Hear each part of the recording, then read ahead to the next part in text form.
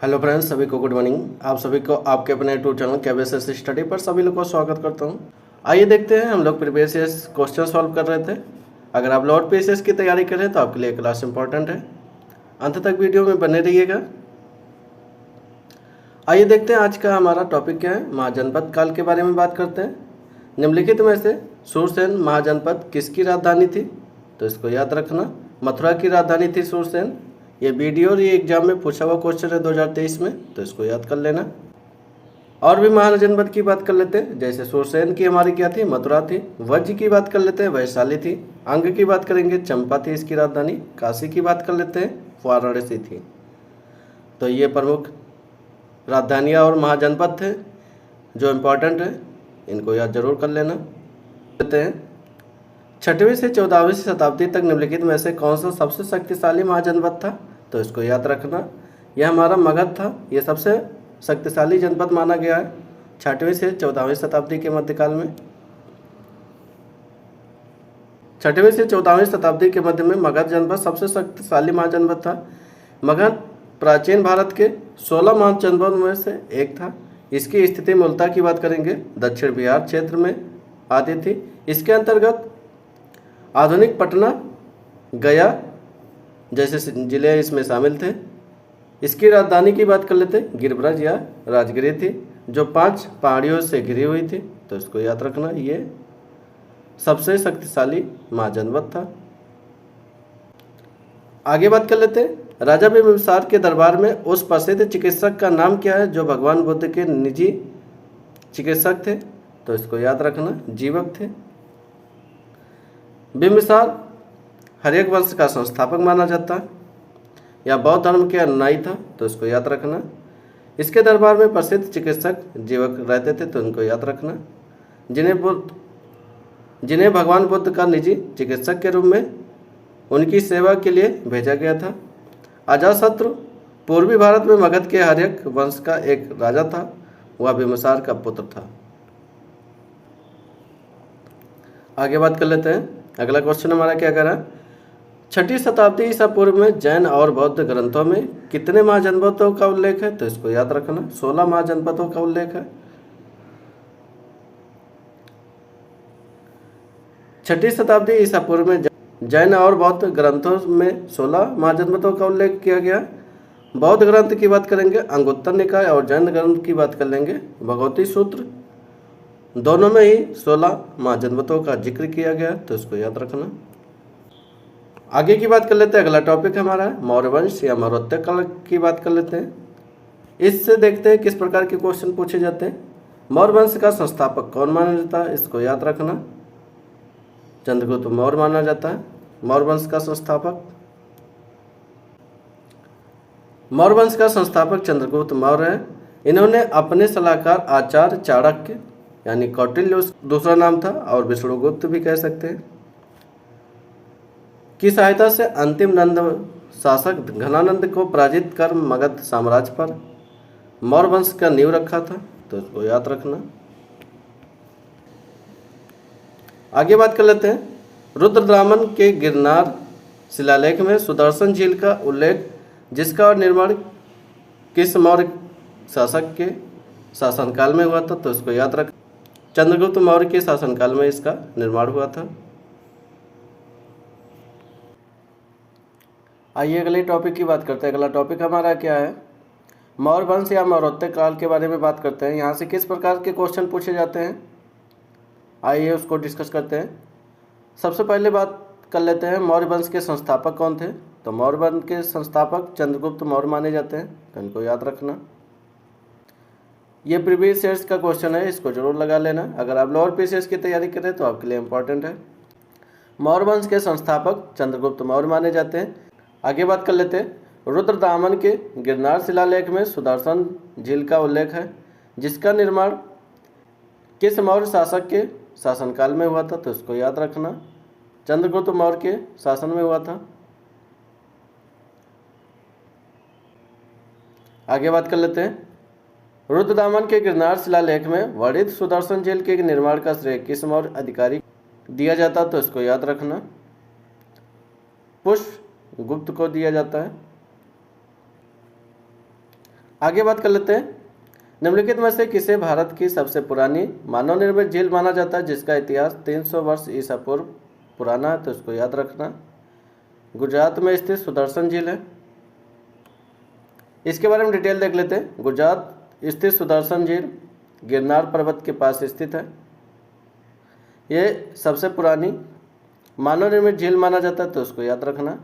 इसका निर्माण चंद्रगुप्त मौर्य के राज्यपाल पुष्यगुप्त ने करवाया था, तो इसको याद रखना। बाद में अशोक, रुद्रदामन और स्कंदगुप्त ने इसका जीर्णोद्धार करवाया था, तो इसको याद रखना। आगे बात कर लेते हैं, जैसा कि अशोक के शिलालेखों में उल्लेख किया गया है, मौर्य साम्राज्य में राजधानी पाटलिपुत्र और अन्य 4 प्रांतीय केंद्रों सहित 5 प्रमुख राजनीतिक केंद्र थे। निम्नलिखित में से कौन सा प्रांतीय केंद्र नहीं था? तो इसको याद रखना। तो याद रखना, इनका इंद्रप्रस्थ राजनीतिक केंद्र नहीं था, तक्षशिला, स्वर्णगिरी, उज्जैनी, ये तीनों थे, तो इनको याद रखना। ये हमारा इंद्रप्रस्थ नहीं था। मौर्य साम्राज्य में 5 प्रांतों में विभाजित था, जो निम्न थे।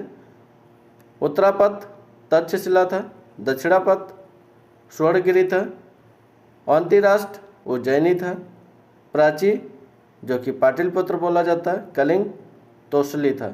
यह 5 प्रांतों में बटा हुआ था। आगे बात कर लेते हैं, निम्नलिखित में से किस संप्रदाय में बिंदुसार की रुचि थी?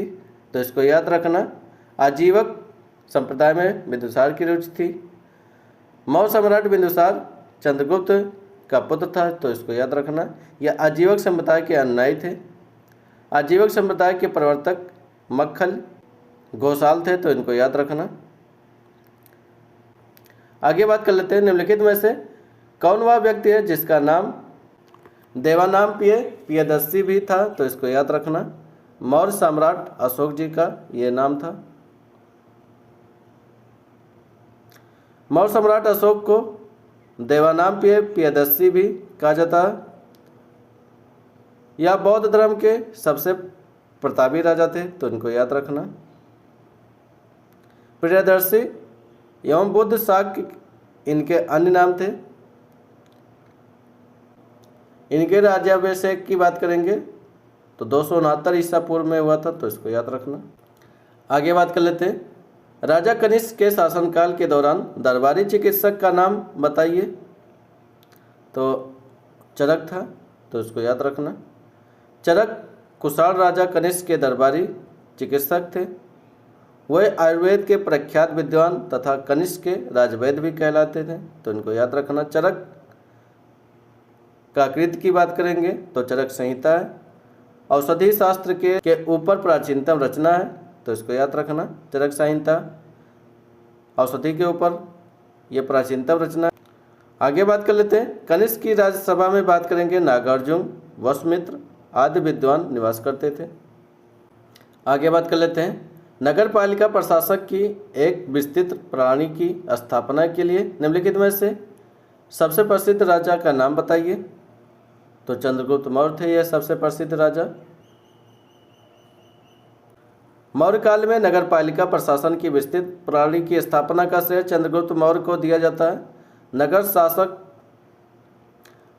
शासन के लिए एक सभा होती थी जिसका प्रमुख नागरक अथवा प्रमुख होता था। मेगास्थनीज ने पाटलिपुत्र के नगर परिषद की 5-5 सदस्यों वाली 6 समितियां का उल्लेख किया, तो उसको याद रखना। अब हम बात कर लेते हैं 6 समितियां कौन थी। प्रथम समिति की बात करेंगे, औद्योगिक कलाओं तथा कारीगरों का निरीक्षण करती थी। द्वितीय समिति विदेशी यात्रियों का भोजन, निवास और चिकित्सक का प्रबंधन करती थी। तृतीय समिति उसका था जनगणना का हिसाब रखती थी। और चतुर्थ समिति क्या करती थी, नगर के व्यापार वाणिज्य की देखरेख करती थी। पांचवी समिति का काम क्या था, उद्योग समिति थी जो वस्तुओं में मिलावट को रोकती थी। और छठी समिति का काम क्या था, कर समिति थी जिसका काम क्रय विक्रय के वस्तुओं पर कर वसूलना था। आगे बात कर लेते हैं, कनिष्क के शासनकाल के दौरान निम्नलिखित में से कौन सी बौद्ध संगीति का आयोजन किया गया था? तो इसको याद रखना, चौथी बौद्ध संगीति का आयोजन किया था कनिष्क के शासनकाल में। कनिष्क के शासनकाल के दौरान कश्मीर के कुंडल वन में इसका आयोजन हुआ था। आगे बात कर लेते हैं, मौर्यकालीन भारत के विवरण वाली इंडिका के लेखक कौन थे? तो इनको याद रखना, मेगास्थनीज थे इंडिका के लेखक। मौर्यकालीन भारत के विवरण वाली इंडिका के लेखक मेगास्थनीज थे। इस पुस्तक में चंद्रगुप्त मौर्य के शासन के प्रशासन के बारे में उल्लेख किया गया, तो इसको याद रखना। आगे बात कर लेते हैं, मेगास्थनीज इंडिका की रचना किए थे। फायान की बात कर लेते हैं, फू क्यू की रचना किए थे। होनसांग की बात कर लेते हैं, सी की रचना किए थे। यह हर्षवर्धन के शासनकाल में थे। ये चंद्रगुप्त विक्रमादित्य के शासनकाल में थे। मेगास्थनीज की बात करेंगे, चंद्रगुप्त मौर्य के शासनकाल में आते हैं, तो उनको याद रखना। आगे बात कर लेते हैं, चरक संहिता संबंधित है, तो इसको याद रखना, चिकित्सा से संबंधित है। चरक एक प्रसिद्ध आयुर्वेद के विद्वान थे, तो इनको याद रखना, जो कनिष्क के यानी कुषाण वंश के राज दरबार में रहते थे। इनकी प्रसिद्ध रचना की बात करेंगे, चरक संहिता है। इसमें रोगनाशक और रोग निरोधक औषधियों का उल्लेख है। यह संस्कृत भाषा में लिखित है, तो इसको याद रखना, चरक संहिता।